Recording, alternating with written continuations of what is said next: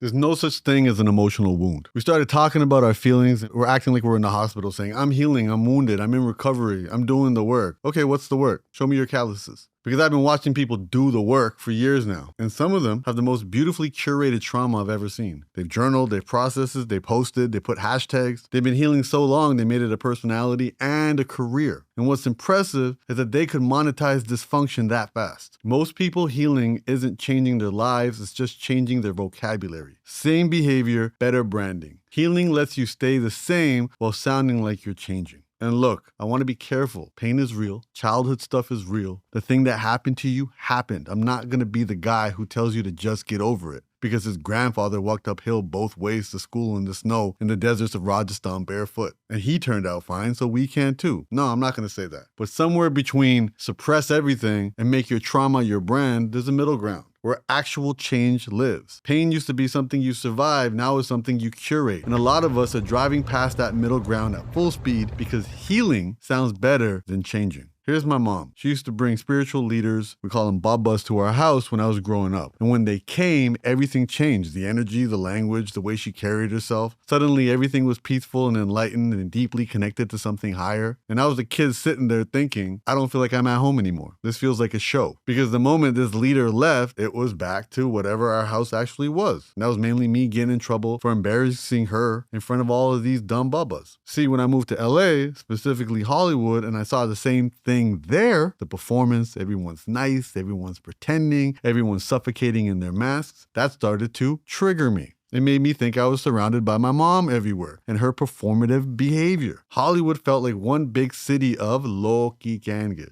So, like most basic bitches, when they get triggered, I lashed out. I did the opposite. I became the guy who was too real. I became disruptive, blunt to the point of being unliked. If you were performing, I was going to let you know about it. Loudly, proudly at the dinner party, probably when you hadn't asked. I thought I was cutting through the bullshit. I thought I was calling it like I was seeing it. But really, I was just wearing a different mask, doing a different performance. You see, my mom wasn't being fake. She was being cautious. She could only be as authentic as she felt safe to be. And in front of people she was trying to impress, she didn't feel safe enough to be herself. So she performed to feel safe. Same with all these fake people in LA. The reason they triggered me, much like my mom, was because I was watching them trying to impress people. And I didn't relate until I had people I wanted to impress. And even when I wasn't impressing people, I was still performing. I performed being fearless before. I performed being caring. I performed being the most honest person in the room. It's the same idea. It's a different mask. Neither of us was healing. We were both just reacting to feel safer. And that's the thing about a wound language. It makes your reaction sound like destiny. I do this because of what happened to me. And okay, that does explain it, but the explanation isn't change. I love kintsugi as much as the next person who learned about it on Instagram. But we're not vases that got dropped and need golden glue. We are patterns. We're in a loop. A set of reactions we learned in an environment that doesn't exist anymore. Emotions aren't wounds, they're signals. Stop treating a notification like an injury. And patterns don't heal, they interrupt. You don't need someone to fix the cracks, you need someone to break the loop. You need something to break the loop. Instead of lighting some sage, crying, and then texting your ex again, then journaling about it, try something a bit simpler. Improve your life by doing less of the same dumb shit you did yesterday. But I get it. People don't want solutions. They want explanations that let them keep doing the same thing. Here's the unfun fact. You don't heal emotions. You outgrow reactions. There's a difference. Healing is something that happens to you. You rest, you recover, the body does the thing. Outgrowing is something you do. It requires you to notice the loop, catch yourself in it, and behave differently. Repeatedly, repeatedly, repeatedly, until the new behavior becomes the new pattern. People talk about healing like it's a spa day. Growth is more like getting fired from your own bullshit. It's boring and it's not shareable. It doesn't have a good soundtrack, but it's actually what changes things. Worshipping your suffering isn't proof you're deep. And I say that as someone who spent years being proud of how much he'd been through. I wore it like a badge. I brought it up at appropriate and deeply inappropriate moments. Yeah, I've seen some things. I've been through some shit. But we've all been through some shit. It's not a competition of whose shit's worse. Your worst moments are your worst moments. I'm healing is a beautiful sentence. It sounds like progress and it buys you time. Most people who say it are doing one of three things. Some of them are genuinely trying. They found a language that helped them understand themselves and they're using it. That's fine. Respect. Some of them don't want accountability. The wound is more useful than the work. If I'm healing, I'm not responsible yet. I'm still in the process. I'll be accountable once I'm done healing, which conveniently keeps getting pushed back. And some of them just want attention, which is also fine. We all want attention. Just be honest about it. I want attention is much more relatable and hilarious to post than I'm on a journey of radical self-excavation. Self-awareness is the starting line, not the finish. And not only that, it really is the point of no return, because once you're aware of your shit, repeating them generally feels a bit more gross. Sometimes that grossness is shame, and hopefully that grossness is boredom, and that boredom signals that it's time for an upgrade. Because just knowing why you're stuck is still being stuck. It's just being stuck with context. Knowing that your environment made you act a certain way doesn't mean you get to keep doing it. At some point, you have to just behave differently. Not for your inner child, which really doesn't exist, but that's a whole other conversation. Not for your healing journey. Not for the version of you that deserves to be better, just because the old pattern doesn't serve you anymore. Think of it like your overpriced phone. It says new software update available, and then you press the button, and then it only happens after you plug in the phone into the charger and leave it alone overnight. That's the same process of upgrading yourself, but it's significantly slower, and it doesn't happen in a straight line, and it's full of bugs. But I promise you, the more you sleep, the better the upgrade will be. I still catch myself in it. The disruptions, the too real thing, the guy who's going to name the elephant in the room whether the room asked for it or not. Sometimes it's useful. Sometimes it's just me reacting to something that stopped being a threat a long time ago. The difference between those two things is the work. Not the journaling, not the processing, not the shadow work retreat in Sedona with the woman who talks to crystals. Healing makes you feel better about the past. Growth makes the future look different. Stop trying to heal. Start behaving differently. Not perfectly, not all at once, just a little bit more intentionally than yesterday. Change isn't a light switch.